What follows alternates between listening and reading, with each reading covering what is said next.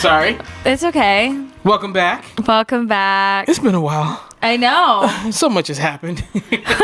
So much has transpired. Well, our last episode was with Bridget. Mm-hmm. So since then, we've had the Olympics. Yep. Got through that swing. Now, and we started high school football. Yep. Got Blue Ridge Games. I moved. You moved. We both signed new contracts. Yes, that happened. Oh, man. And you have a baby who's due literally any day. Any day, anytime. Like, I guess I should start, like, truly keeping the ringer on, but I don't know. Well, Morgan's had a baby before. Yeah. So she knows what it's going to feel like. Like, I don't think... Yeah, she'll know. It's not going to be random. No, I'm the one freaking out. Like, I'm the one, your bag's not ready. Get your bag ready. Like, what all we need, yeah. I've heard stories of women driving themselves to the hospital with baby number 2. Wow. Like, they know it's coming, and they're like, all right, well, my dad's at work, so I guess I better head in. Wow. Yeah. That probably won't happen because I feel like she's gonna chicken out. So, well, not chicken out, but she'll need me. I'll say that. I was like, you can't really chicken out of having a child, unfortunately. Man. Here I go again, grade get canceled. Well, once it starts coming down the chute, it ain't gonna stop. Yeah, so. Ain't no going back. Come on out of there. Yeah. Come on out of there. I think that's what's killing me is just like the not knowing exactly when, and I'm like. I don't like this. I try to plan things. You're so ready. Yeah, it's gonna happen when you least not when you least expect it, but it's gonna happen. Oh man! And it's gonna be amazing. But if she could hold off through this weekend, because I'm going to the lake, that would be great. So see, I got a feeling it's gonna happen this weekend.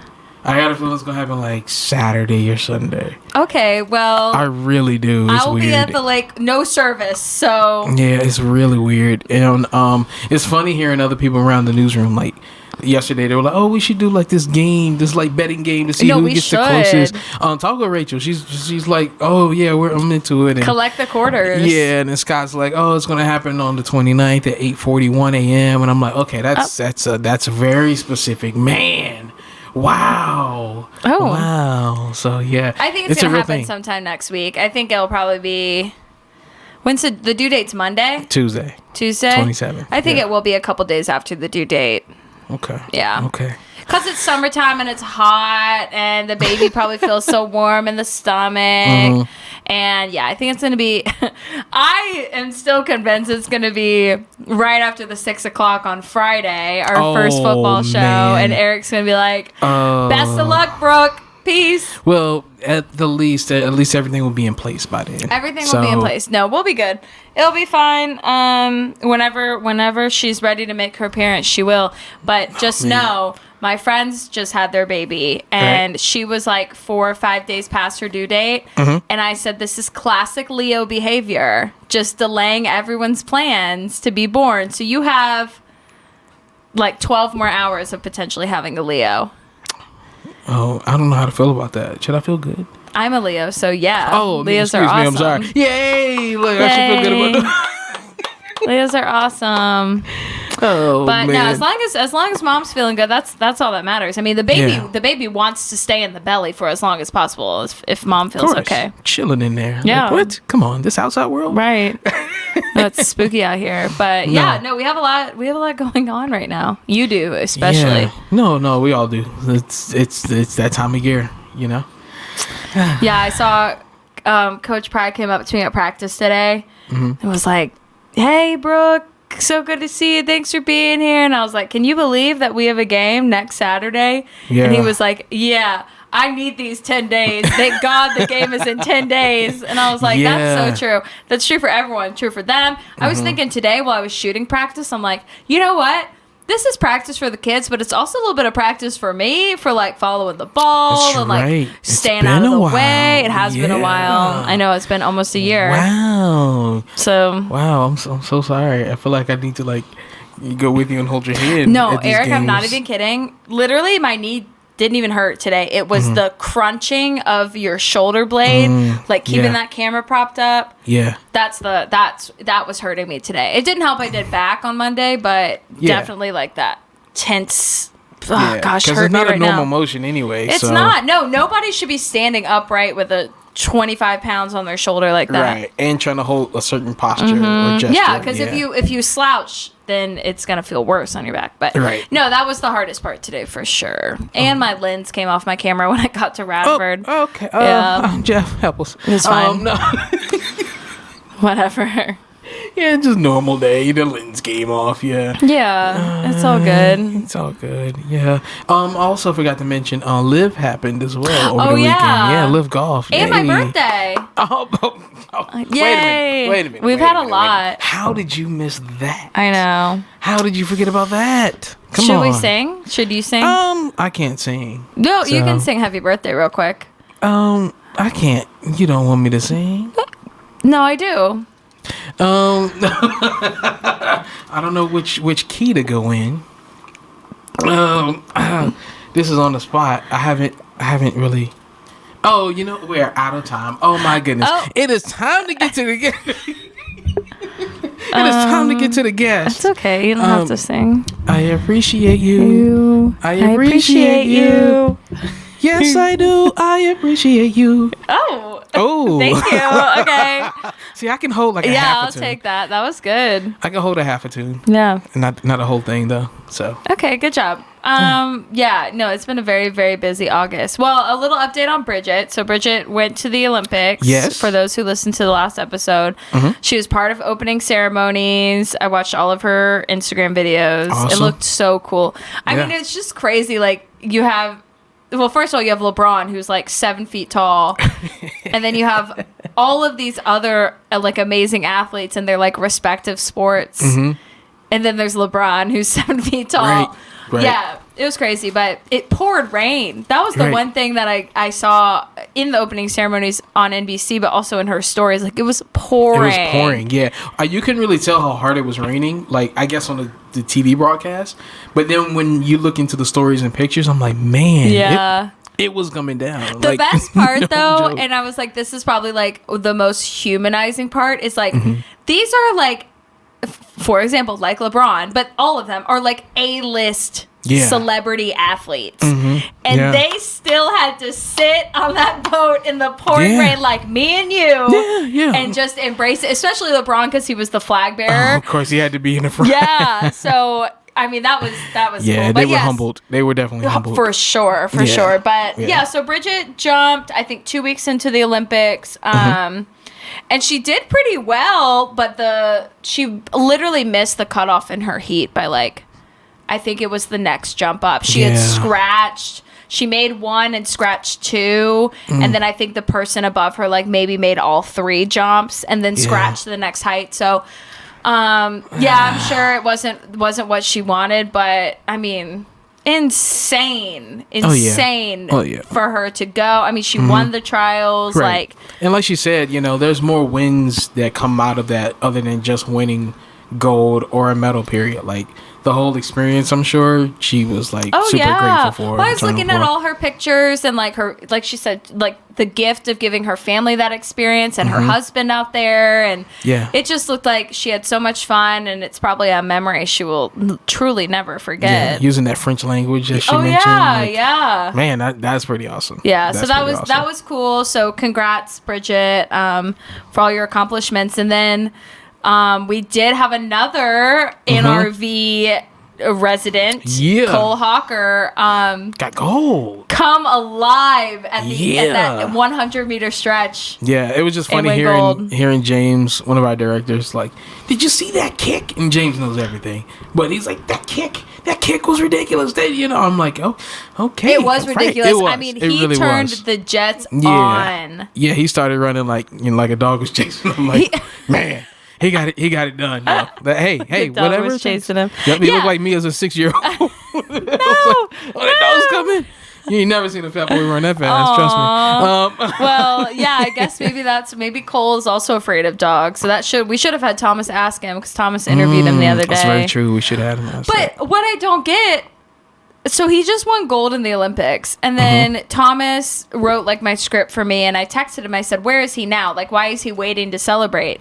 And he was like, "Oh, he's in Europe, in Switzerland, competing again." I'm like, "Oh yeah, is it like some qualification for Worlds again?" It must be because I was like, "How in the world is this guy going from winning? Like, that should be the qualification. You won gold. Yeah. That's it. Unless it may be other events. But, yeah, so he's still in Europe, and I'm sure it's going to be one heck of a welcome home. Yeah, should be. I mean, well, then, Blacksburg is so awesome in that way. Is like, even though this guy is not from here, he ran at Oregon. He came to Virginia Tech because his coach, Ben Thompson, I think that's his last name. Yeah. Came to Virginia Tech and coaches. So Cole came here. Like, Blacksburg does not care. No, we embrace they sports. You won something. Yeah. Get the police escort going. Let's go down Main Street. So it will be cool when he comes back. Yeah. So congrats to him. No, great effort by him. Great win. Pretty fast. He's quick. And the 16-year-old from Chesapeake also won gold as well. Yes, his name immediately escaped me once you said that. Holloway? Grant? I think it's Grant Holloway. Yes. Yeah. Forgive me if it's not, but my Olympic knowledge, it just it's there, but it's like, it's going away. But I'm pretty sure it was Grant Holloway. Yeah, all the UVA swimmers. Oh, we have to shut them out, of course. Dominance. Yeah. I think they had 14 total medals, 7 gold, 5 silver. Yeah, that's crazy. Yeah, that's crazy. It was a lot. It was a lot. You know why? It's because they have the dairy market in Charlottesville, and they can go and get the food from the dairy market anytime they want. Very true. So they already have a leg up. Okay. Yeah. Literally. No. Good one. Good one. Oh no, but shout out to them for getting it done. Fast in the pole. Cole Hocker's fast on the track.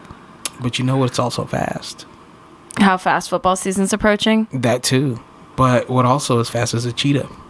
And I think we're talking to someone who likes to go by Cheetah. Derek Cheetah Jones. Yeah. Were you weren't there, but during the fan day on the other Sunday where they invited the fans out to the indoor facility at Virginia Tech, he had 2 cheetahs. Oh, I saw the picture. Did you see? Yeah. Did you see the B-roll I got of it? No. You got to check it out. It's a pretty nice, slow zoom in shot. Oh my goodness. Yeah. I mean, he set them there. Like, what else is there to do? Like, I'm just gonna bypass the cheetahs. Got to show respect. No, yeah. We're gonna get down to why. I mean, he's gotten into it a little bit, but we're gonna get down to really why he calls his DBs cheetahs. But yeah, I'll never forget. So Coach Jones is the DB's coach at Virginia Tech, and he was previously at Duke for over a decade, almost nearly a decade or over. It was a long time. But me and you were shooting stand-ups. Was it last summer? Outside, I feel like it was on the practice field, and he came up and was just talking to us, and you always love his tweets, right? And because he every morning he tweets out something super inspiring. And it's like, all right, and I remember he mentioned it don't even take much sometimes. It's just a little something to put there. Like, I'm like, man, you just don't know though. Yeah, no, he's great, and the conversation we had that day on the practice field was great, and there was a plan at that time to have him on the podcast. There was a hill and camera equipment, and anyways, happy that we get to get him on now. Gracious of him to give us a little time in the busy fall camp season. As I said, they have 10 more days, and sounds like they got some work to do. So it's happening though, but no, I'm sure he'll get him straight. He'll get his position group straight at the least. Yeah, for sure. Oh, for sure. For sure. Be good. All right. Well, let's go ahead, head to the interview. This is Derek Jones of Virginia Tech.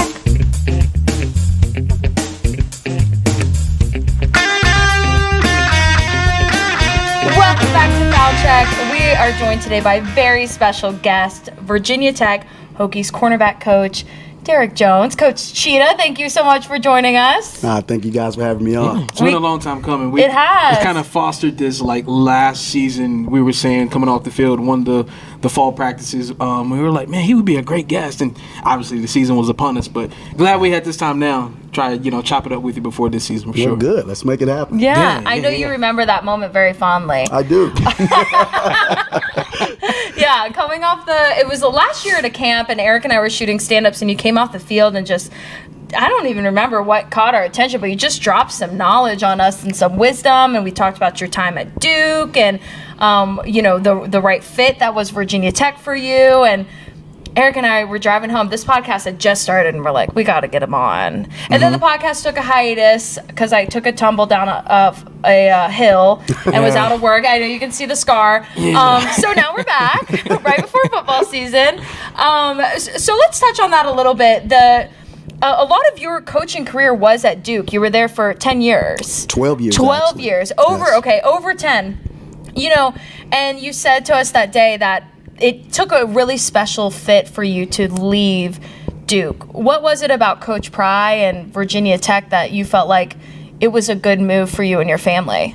Well, first and foremost, David Cutcliffe, who was the head coach at Duke at the time, gave me my very first job. I was a graduate assistant for him at my alma mater, the University of Mississippi, Ole Miss.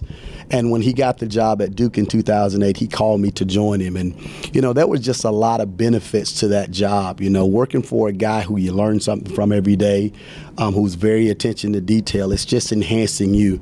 But the piece nobody sees is, I'm a father. And I had daughters, and I had a family, and it was a very good place to live, a very safe place to leave my family because as coaches, we're on the road a lot. But, the young men we recruited at Duke were very high-class young men. There were a lot of stories that came out that were not the NFL, and I enjoyed my daughters seeing that. My daughters live my life. They're always around the facility.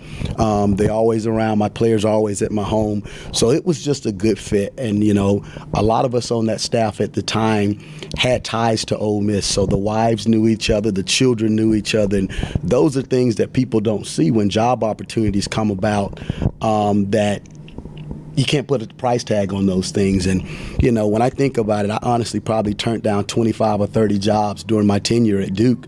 And it was always for me about if I'm going to leave here, I'm going to leave here first and foremost for people that I know because I was in a situation where I knew people. And it had to be worth it for me, good and bad and everything involved. And ironically, Coach Pry and I had become really good friends over my time at Duke. We worked together at Memphis, but he actually interviewed me for a job when we both were younger, when he was coaching at Louisiana Lafayette and I was at Murray State. Funny story about that. Coach Pry called me. Somebody had given him my name, and we spent some time on the phone together. He called me back. He was working for Ricky Bussell, who used to be here under Frank Beamer as well. And he got to the point to where he liked me, and he wanted to fly me in. Well, ironically, I had tore my knee up on the sideline, getting a little too overly excited. So I can relate to your fall. Feel that. Yeah, I was very hyperactive back then. I was still, not far removed from playing actually. And we had that old turf, very similar to carpet on the floor, and I jumped up and my foot got stuck and my knee snapped. But, I didn't make that public knowledge. I finished coaching the season, but I needed to have surgery, so I had surgery immediately at the end of the season. So when Coach Pry offered to fly me in for an interview, I told him, I said, I can't fly. And he was like, well, why? Are you afraid to fly? You don't like to fly? And I was like, no, I've had an injury. I still didn't tell him exactly what it was, but he called me back and he agreed to fly in. So he had to fly to Nashville, and he drove to Murray, which was about a 2.5-hour drive. And he came in the house. My wife had to let him in because I was really like less than a week out of the surgery. So I was propped up on the couch. They had given me this cast that you put water in, cold water to soothe your leg. And so, I was like, it was a contraption. And we had this old sectional, and I was sitting right in the centerpiece of the sectional. And so he came in, and, we'll talk a little bit about this, but the cornerback position is, some on the board, some philosophy, but mostly it's technique, it's fundamentals, and you have to be able to teach it. And I pride myself on being able to demonstrate it, but naturally in that state, I could not demonstrate it. So my wife has never played a sport. My wife is not athletic. She's very smart, but athletics is not her thing. So long story short, Coach Pry came to interview me for a job that he was expecting me to demonstrate and give a presentation, and I had to use my wife, who's not an athlete, to try to demonstrate the cornerback drills. Oh my goodness.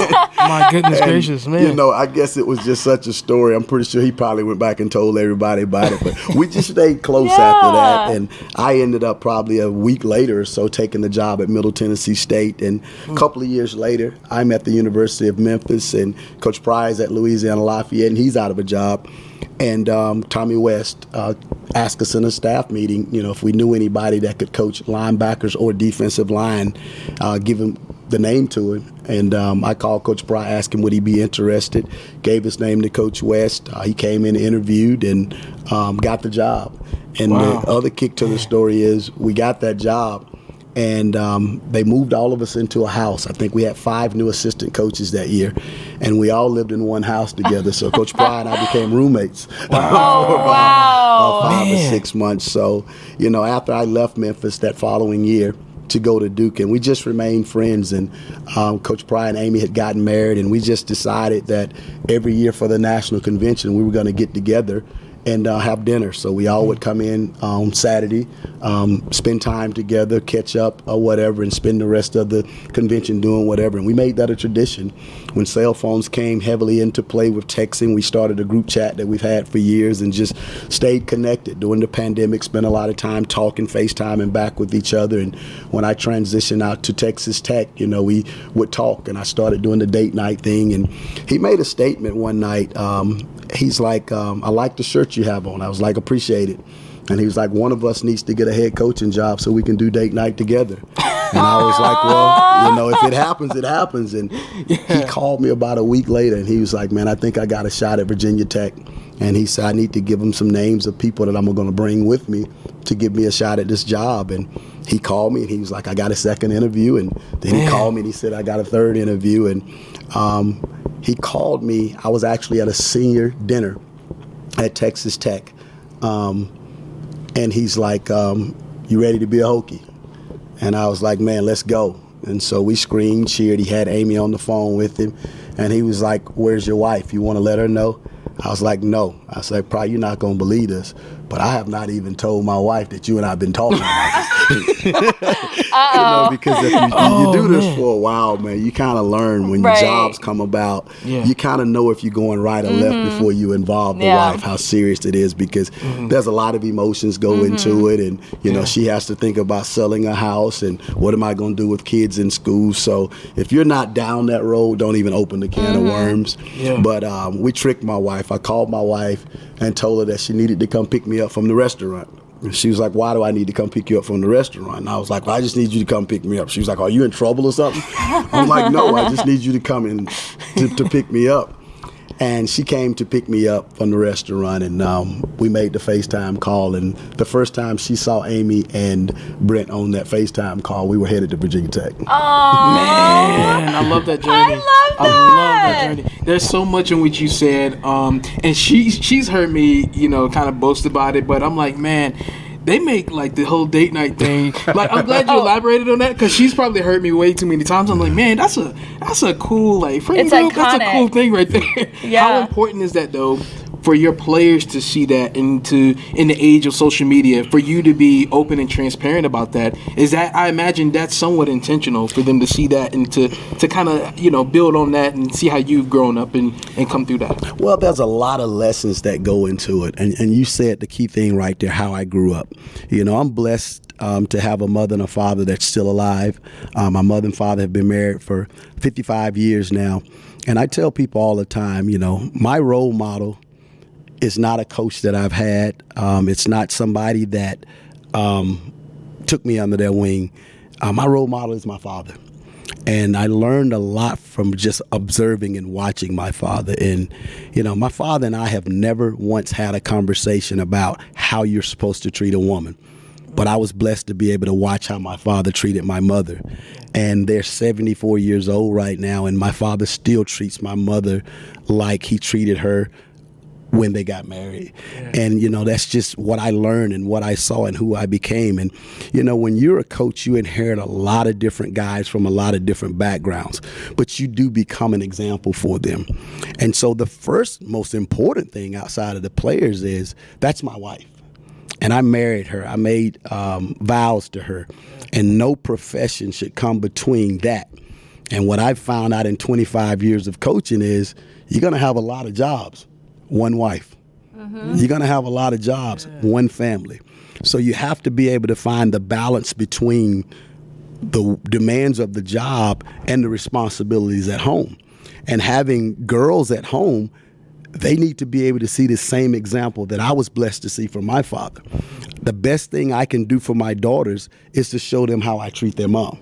And again, those are not conversations we necessarily have to have, but who am I as a man if I don't take the time to take my wife out on a date?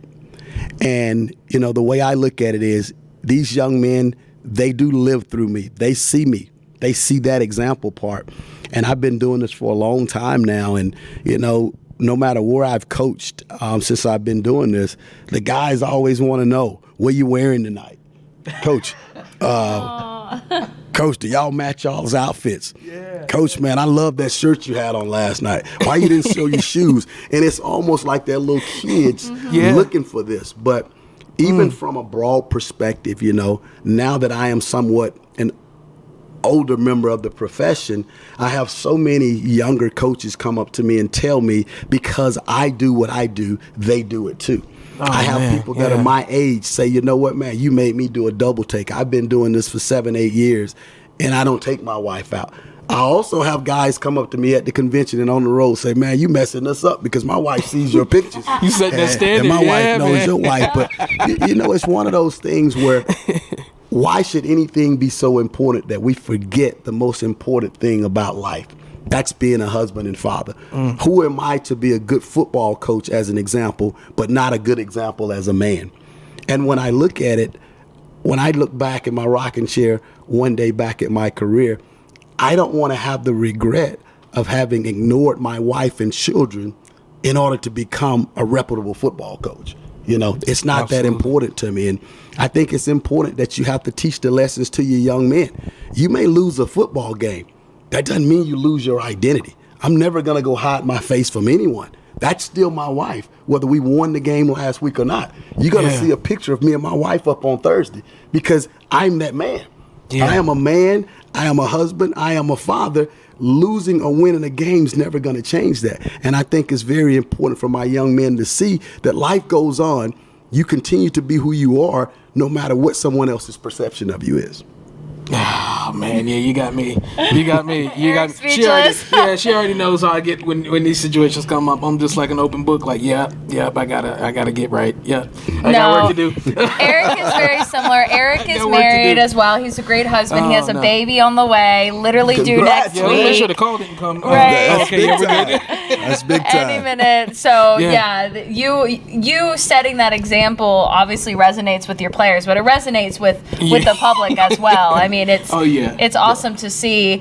So how do you toe that line as a coach of where this is an industry and a sport that is so metric based, but you're a coach who, like you said, your identity is not whether you win or lose a game, it's you being a great husband, you being a great father, a good person.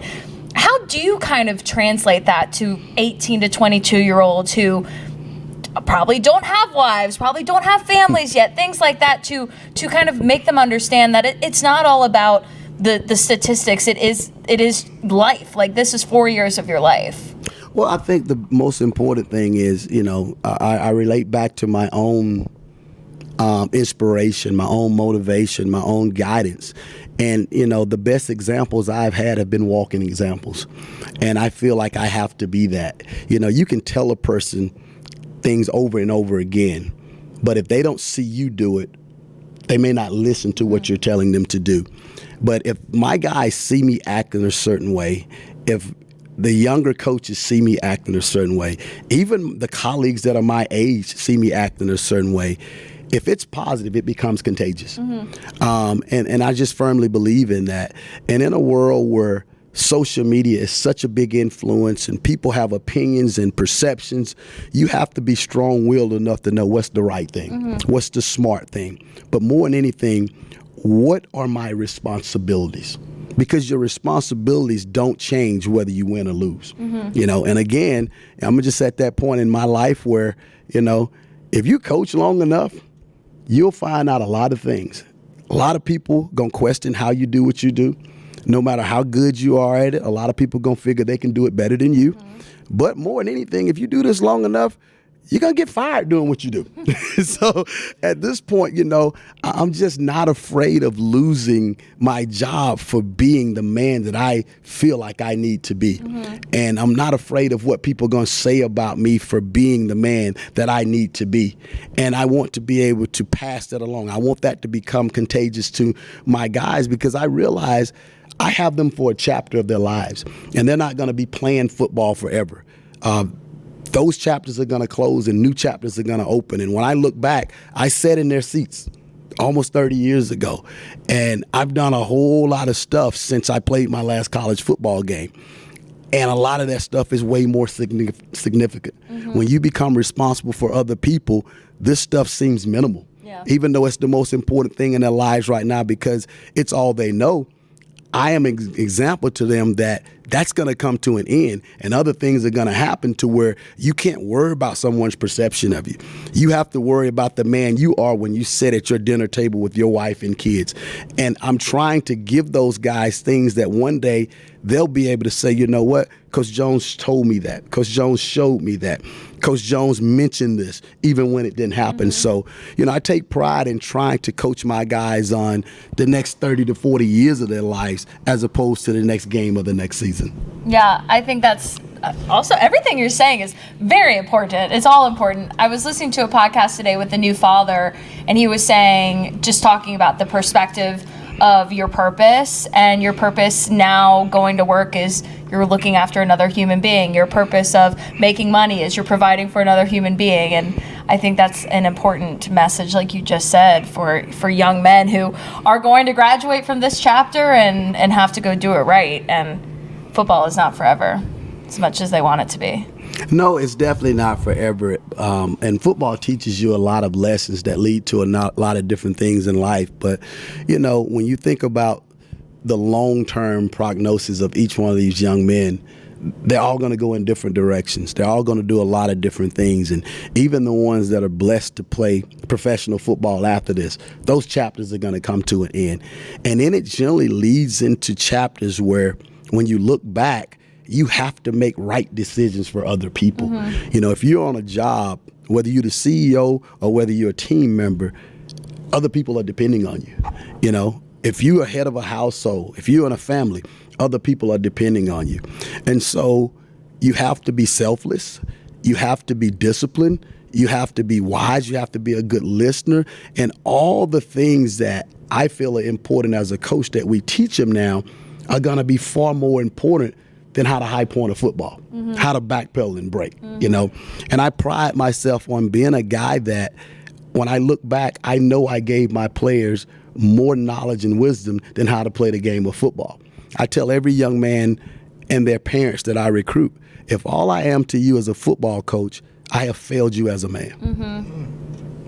I would commit on the spot, or make my son commit. Give me some eligibility right now. I'll take it. Yeah. We're gonna take it to the field for just a second, but obviously Cheetah. Where did that come from? Is it because of you were as fast as a cheetah, or I don't want to take that away. If you're still fast, then correct me if I'm wrong. But where'd that come from? No, I'm not still fast. I just want to make sure. I did actually used to be pretty fast. I was a track athlete in high school and college, as a matter of fact.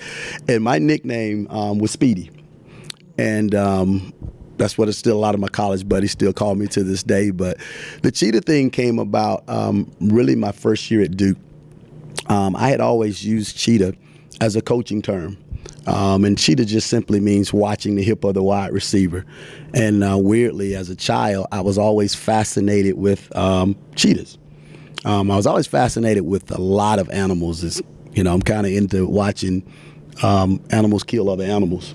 And, a lot of kids were watching cartoons when they were young, and I was trying to watch National Geographic. Oh, yeah, you got a little Animal Planet in there. Ain't nothing wrong with that. Well, Animal Planet wasn't around when I was little, but it kind of came into play. And if you go look at my algorithm, even now on Instagram, Facebook, and even Twitter, I'm always watching these animals hunt each other. It's just the mentality portion of it. But, when I got to Duke, I think they had won a total of 10 games in 8 years. My seniors that year in my room had 2 0-11 seasons. There was not a lot of morale.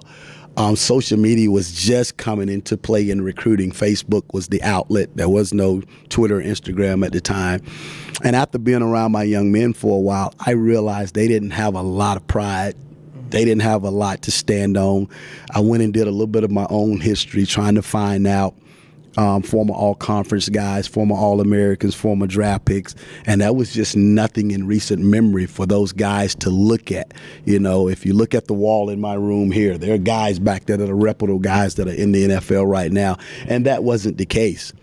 And so I was always using the Cheetah term as a coaching term, so I wanted to be able to give those young men an identity that had nothing to do with their past. This is a new era. This is a new time. We're going to do something. So I actually picked up my phone, and I did not know what a pack of cheetahs was called. I was fascinated by them, but I didn't have that knowledge. And, you know, you can Google now and find out. And I found out that a pack of cheetahs is a coalition. And I found out also that cheetahs, male cheetahs, won't hunt with random cheetahs. They will only hunt with their brothers. And this was called a coalition. So when I start thinking about the makeup of a secondary and some of the things you find out when cheetahs hunt, you know, they don't practice hunting together. It's instinctive of, you know, they can only run so fast but for so long. So if they're hunting together, one cheetah may take off slow to preserve energy, and the other one may go to try to tire the animal out. And they take different angles, you know, knowing that they're going to turn it back this way. So it's very unique, you know, what they do to survive. So I wanted to give my players something that they could take pride in. So that's kind of where the Cheetah thing was born in the coalition. And as social media got bigger and other social media outlets transform, and, you know, you're coaching at an ACC school, fans grab a hold to it, and it became what you see today.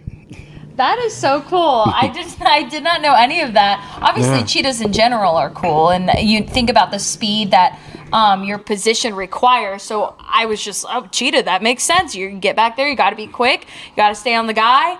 And the hunt, the point of saying that they hunt with their brothers and it's instinctual, that's interesting. Yeah, that's spot on with what you guys got to do back there. Yeah.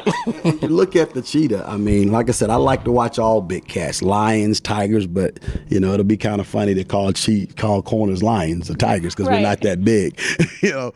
But the characteristics of a cheetah are very similar to what you have to have at corner. Instincts, eye discipline, the speed, and all of those things, the precision. And again, we are smaller animals, so we have to tackle a certain way. We're not linebackers. We're not D-line. A lot of people outweigh us, so we have to be very strategic in what we do. So a lot of the things align. And I probably forced it on them a lot more than they wanted, but, you know, because I'm fascinated by it. But I think all the guys enjoy it. Hey, whatever works. Right. Whatever keeps their attention, you know. Yeah. It gets it done. So let's get into the intricacies, which this is going to be like just a general education test for you. But for some who watch football loosely and understand the quarterback's throwing the ball, somebody's going to catch it, the defensive line is up front. When you say secondary, what positions does that include? And you're the cornerbacks coach, so what is your position doing during a play, just as simple as you can put it? Okay. When you say secondary is the same thing as defensive backfield. And we are what we call the back four or back five of the defense. There are two different types of primary defensive backs. You have the cornerbacks, which I coach, and you have the safeties, which Coach Prelo coach. Now, depending upon the scheme that you run, you can also include a nickel or a dime, which would be a fifth or sixth defensive back. And most of the time, those guys are going to come out of my room or they're going to come out of Pearson's room. Here, they come out of my room or Pearson's room, but Coach Quinn actually coaches the nickel position. And the nickel position is something that we play specific downs or situations. My guys in particular, they're generally the two guys you see covering the wide receivers on the outside. Okay. So we're going to be the guys closest to our sideline and the guys closest to the further sideline if it's a base formation. Pearson's guys, the safeties, they're generally aligned back behind the linebackers, more so into the box of the defense and the offense. And those things adjust depending upon the formation, but just trying to give you as vanilla of a picture as I can possibly be. That's what it does.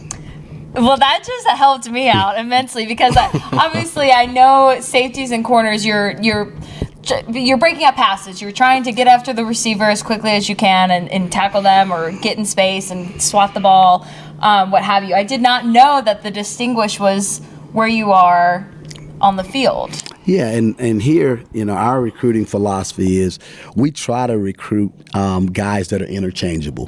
And what that means is we try to recruit guys that can play all positions in the secondary because that gives you versatility, that gives you depth, when you can do that. And it allows you, like in the case where we've been here 3 years now, it allows you to where you can possibly redshirt some guys that you want to save as opposed to playing them because guys can't do multiple things back there. So when we look at an athlete, we say, okay, this is a cheetah. We don't necessarily say this is a corner or safety.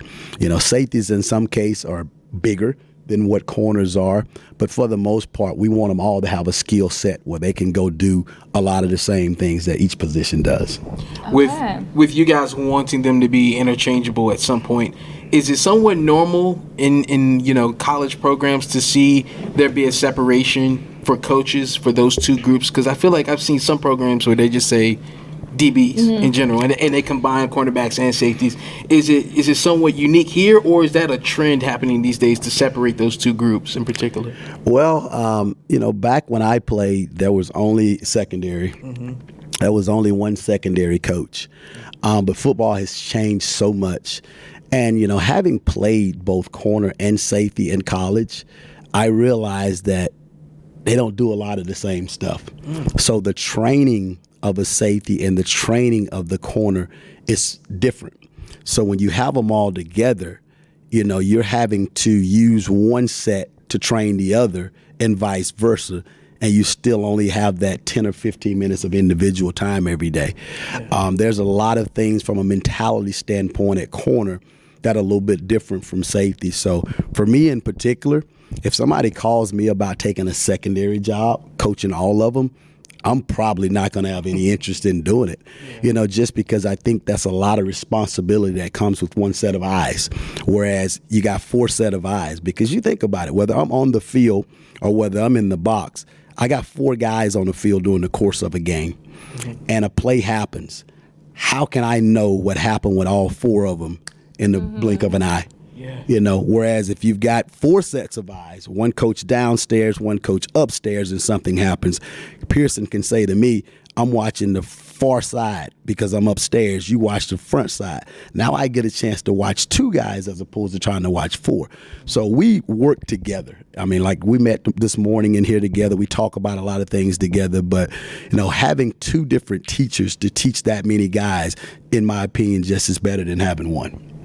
I would totally agree, and it makes sense based on the schemes that you run, and then ultimately making those guys interchangeable, like you mentioned too. And it allows the guys to have more accessibility to their leader as well. Yeah, we're gonna have probably 9 or 10 guys in the corner room, 10, 11 guys in the safety room.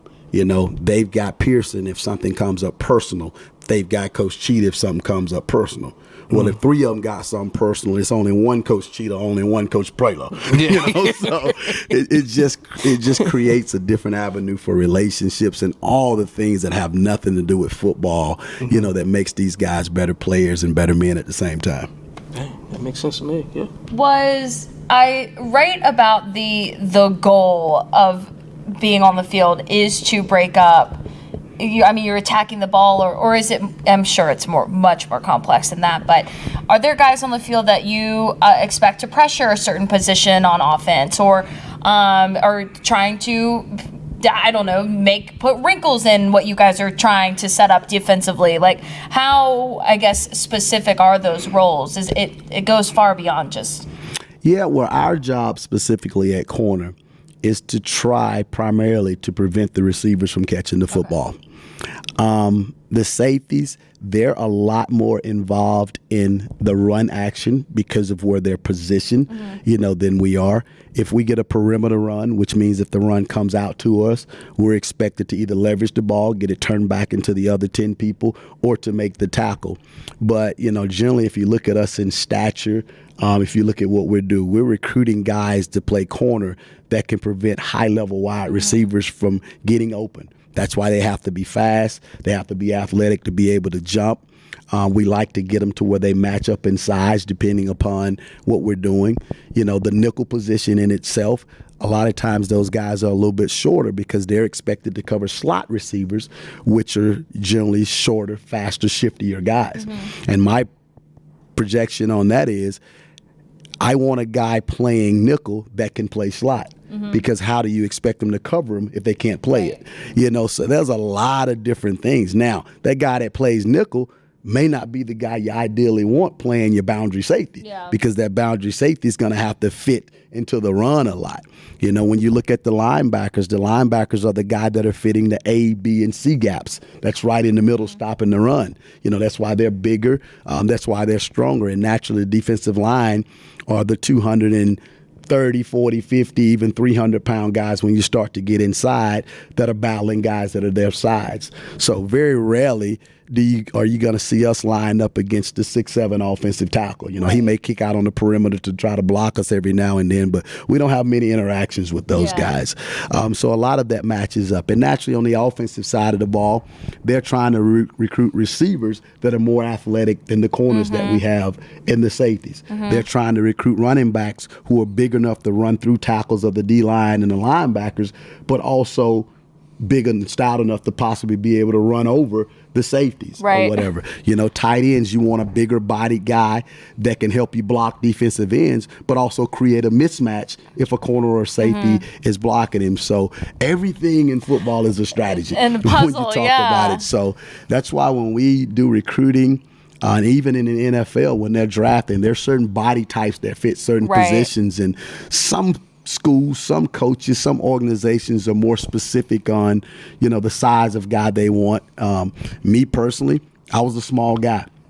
And a lot of schools were not interested in me because I was 5'9". But I started 4 years in the Southeastern Conference, so I'm gonna be a little more partial to a guy that I feel is a good football player, even though he may be a little bit smaller. Now, I don't want me covering a 6'7" receiver or anything like that. So I don't want my entire room full of guys my size, but I am okay with a guy or two being that, especially if he brings something different to the table than the rest of them. Yeah. Something that's been frustrating me watching as a fan, because I watched all season as a fan last year for the first time since high school.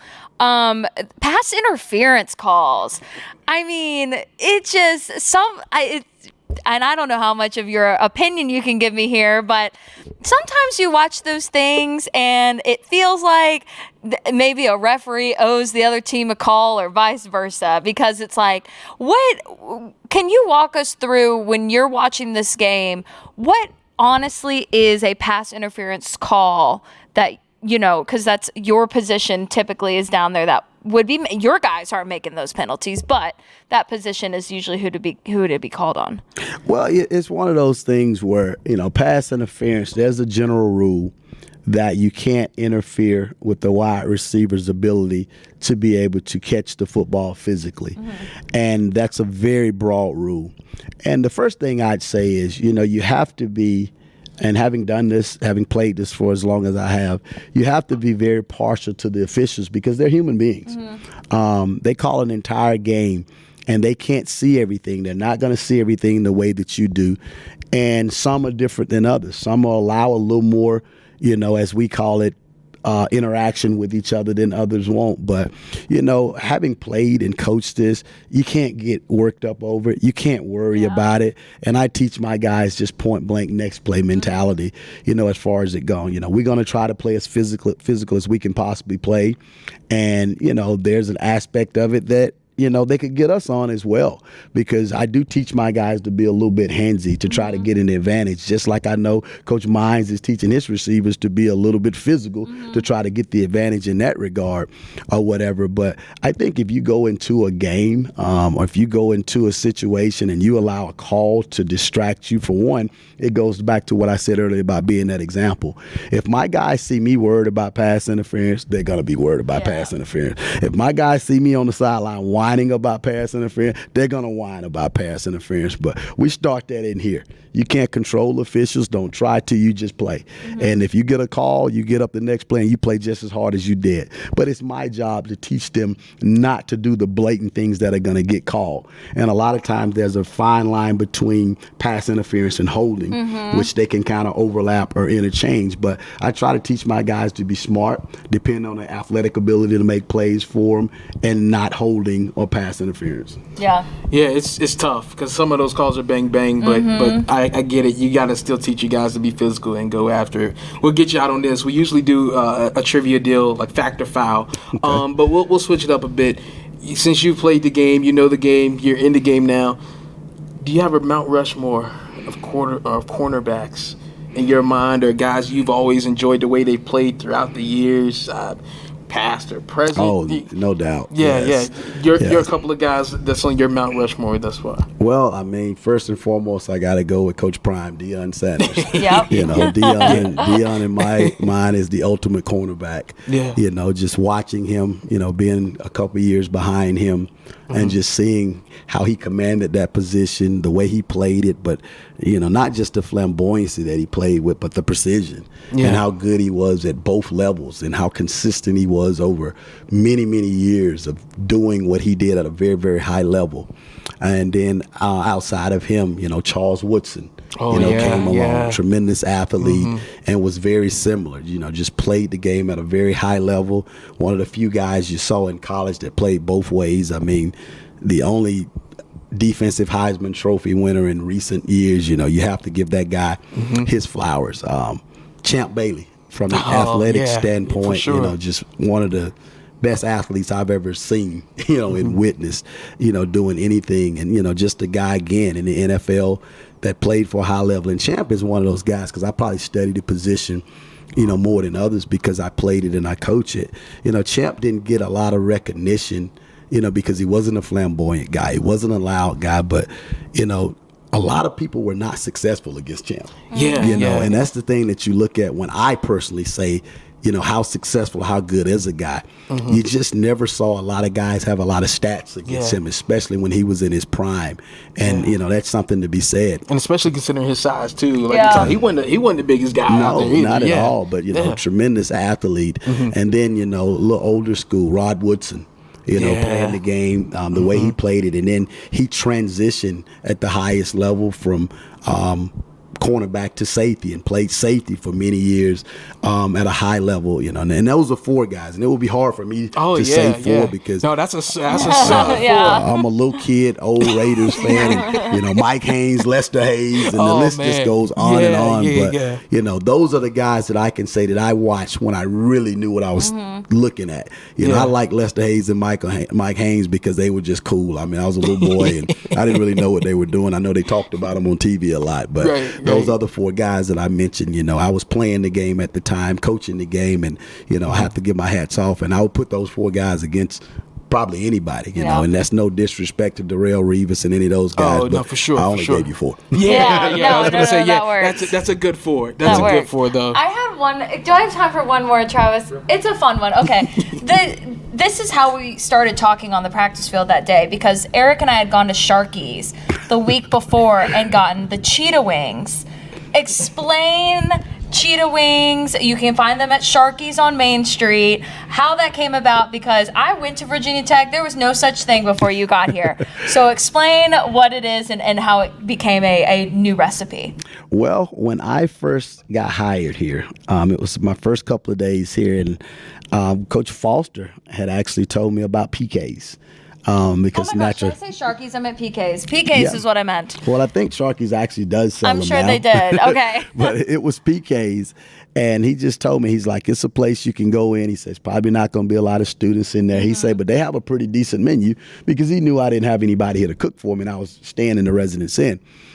And so one night we came off the road recruiting, and I went into PK's, very first time going in there, and I go in and I look at the menu. And I am a wing fanatic. I love them. And I didn't see lemon pepper on the menu. And so I asked the guy, I was like, is there a way that you can make me a buffalo wing and sprinkle it with lemon pepper? And he said, let me go back in the back and ask them if they can do it. And he came back about 30 seconds later, and he says, yes, I can do that for you. And I was like, yes, okay, good. And so I got the wings to go. So I got back to the Residence Inn. You know, me being me, the social media guy I am, I took a picture of my little ensemble of wings. I hadn't tasted them yet, but they look pretty. And so I ate them, and they were really good. And now this is a wing that I've had at both my time at Duke and my time at Texas Tech. They were called different things at different places, and I'm kind of a creature of habit. I go places, and I find a place I like to go, and that's just where I go. And, you know, it was a little bit different here because I had just gotten this job. Naturally, Virginia Tech has an outstanding, large fan base. And so I didn't think anything of it. I mean, I always post stuff on social media, I believe, where you're making noise, somebody's listening. And so it was me fresh on the job. I just kind of wanted to give a shout out more than anything else to a local eatery that Coach Foster had told me about. And I was just basically saying, you know, PKs, these wings are good. And so I tagged Cheetah wings. Went to bed, woke up the next morning, and the tweet had gone viral. And that's kind of where the Cheetah wing in Blacksburg, Virginia was born. And it's been a great thing. I've had people approach me many places telling me that they eat them. I have people tag me all the time, you know, that they're eating them. When I go into PKs, I am the Cheetah wing guy. I'm not Coach Jones or anything like that. I've seen people in Kroger call me the Cheetah wing guy, and I'm looking at them and listening to them, and they're pointing at me, but they won't say hello. You know, I'm just a Cheetah wing guy. You know, I've gotten to know Mike Whaley, the owner of PK's, and it's just been good. And I told my players shortly thereafter, you know, go spread the information of what the recipe is, you know, to Sharkies in any other place that you go, because when you're in a community like this, it's a college town. And when you have a place that supports Virginia Tech the way that Blacksburg supports Virginia Tech, you want everybody to be intertwined. And if I can provide that small piece, you know, for the bigger picture of Virginia Tech, you know, I'm grateful to do it. That's perfect. I think it's time to go get some now. Right, I know. Now that you say that, we're going to head to PKs. But thanks, Coach, for your time, for your wisdom, learning more about the position, learning how to be a good man and a good father and a husband, because that's the message here. And we appreciate it. And what do we got, 9 days, 8 days? And we'll see you take the field. I don't even know what today is. It's fine. It's all right. You don't have to worry about it till next week. It's all good. Thanks so much, Coach. Well, thank you guys having me on. Thanks a lot. Of course.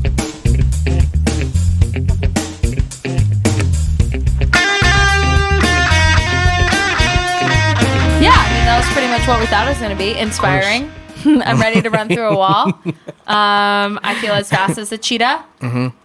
And yeah, what a great guy. And great personality. And as I saw and was often is depicted, good family man too. Yeah. Like, you can't go wrong with great family guy. So yeah, no, he's great. And honestly, that is something that I really liked when Pry put the staff together was A, the family aspect of it, but B, just like personalities who can be relatable to the kids. Yeah. Because I do think it's hard when you're a college kid going through the motions, being an athlete, doing school.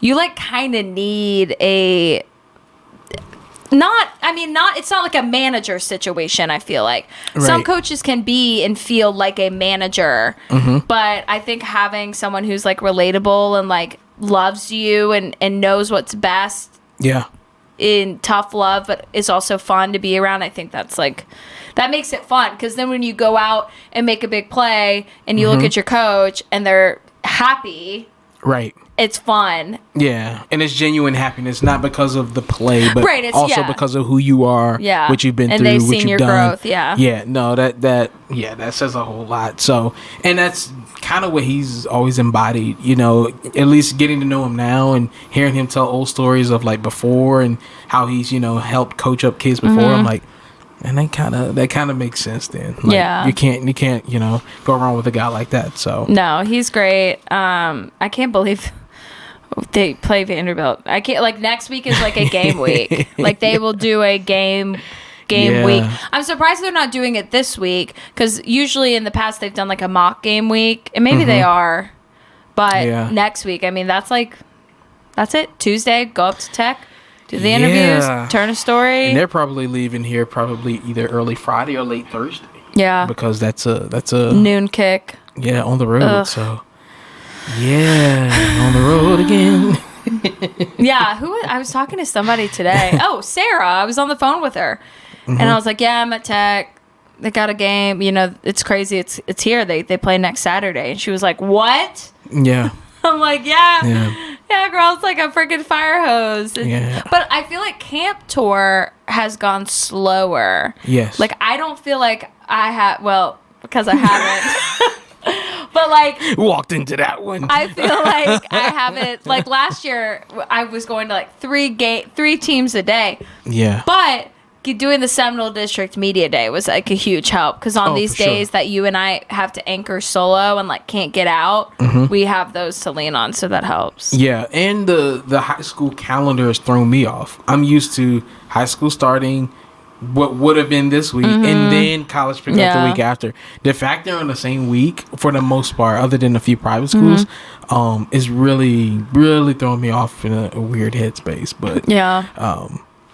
yeah, we're here though to make it happen. We'll be here. We'll be around as much as we can. Make it work. I will definitely be. Well, No. yeah, actually, you know what? You never know. You never know. Hey. I plan on being here. You will have a absence for a while. I'll be here though. You better not. Catch me on Teams. Do not get on Teams. Do not get on your phone. I'll be on Teams. Hit me up. Can some first-time dad, reach out to him and let him know, do not come into work. No. I didn't say I'd come into work. I just said I'd be on Teams. This is coming into work. This is no. No. As many people that's gonna want to see the baby and like, you know, reach out to me, I'll still be at work. So Yes. yeah. Who's gonna be the first one to come see the baby?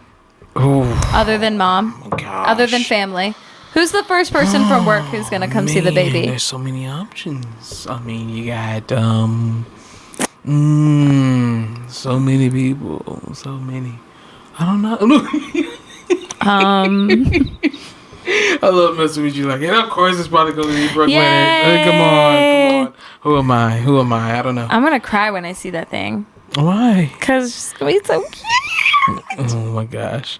She's gonna be so little. I know, that's what I don't hold babies before She's they're gonna like like 6 fit months. in your hands so. like this. Oh, I hope not that small. Yes, that is how Oh. small babies are when they're first born. Ah. Yeah. See, I'm not ready for this. You're literally gonna feel like you're gonna accidentally crush her. Oh, don't tell me that. But it's fine. Babies are resilient. Did you know that babies can swim? Like if you dunk that thing in a pool, it would start swimming. Babies know. No, Yeah. I'm not gonna try that. But yeah, No, don't do it supervised. But it is true Do it because supervised. I think it's because of them swimming in the amniotic sac that like they know how know to how to- hold their breath and like how to move. Yeah. that would make sense. Yeah. Yeah, better than me. I can't swim worth a lick. It's So. it's never too late to try. Well, I don't know. Might be. Anyways, It's fine. It's never too late to try. never know. You never know. You're gonna be the dad taking the baby to the swim classes. Oh, You're gonna be in the pool with her. Oh my gosh, that'd be so cute. I'm more It's a like great the story. hey, let's go walking in the stroller. That's fine, too. Yeah, I'm more that guy. Let's just go for a stroll. Yeah, Okay. cool. No, I'm not gonna teach you how to parent or tell you how to parent. Oh, I need all the tips I can get. No, you're gonna be a great dad. I bet by the time we record the next podcast, you will have. I mean, you will. You'll have your baby here, and you'll be a dad. Oh man, it's just wild to think about, like another little human being. I know. It's weird. Like, I don't know. I have like weird mind trips every now and then. Like in these like solo car rides when I'm like going home or whatever. I'm like, man, it is kind of weird. Like to think we're like wireless people. Like that sounds weird. It sounds weird, but like you know what I mean. Like we think about things that have to be like plugged in for power or whatever. Like a car, for example. Like cars are kind of like wireless. What? What do you? I don't know what you're talking about. Oh my goodness, ladies and gentlemen, it's been a pleasure. Okay, well we're gonna go ahead and wrap this up. Good luck with the baby, Eric. Your gosh. wireless baby that's on the way. And if you learn anything, keep your Bluetooth on, ladies and gentlemen. I don't even know what that means, so we're gonna wrap this up. No, it's been good though. Okay, Appreciate it. awesome. Good luck, Thank you. Dad. Pray for me. We will. Okay, have a good one, everyone. We'll see you next week.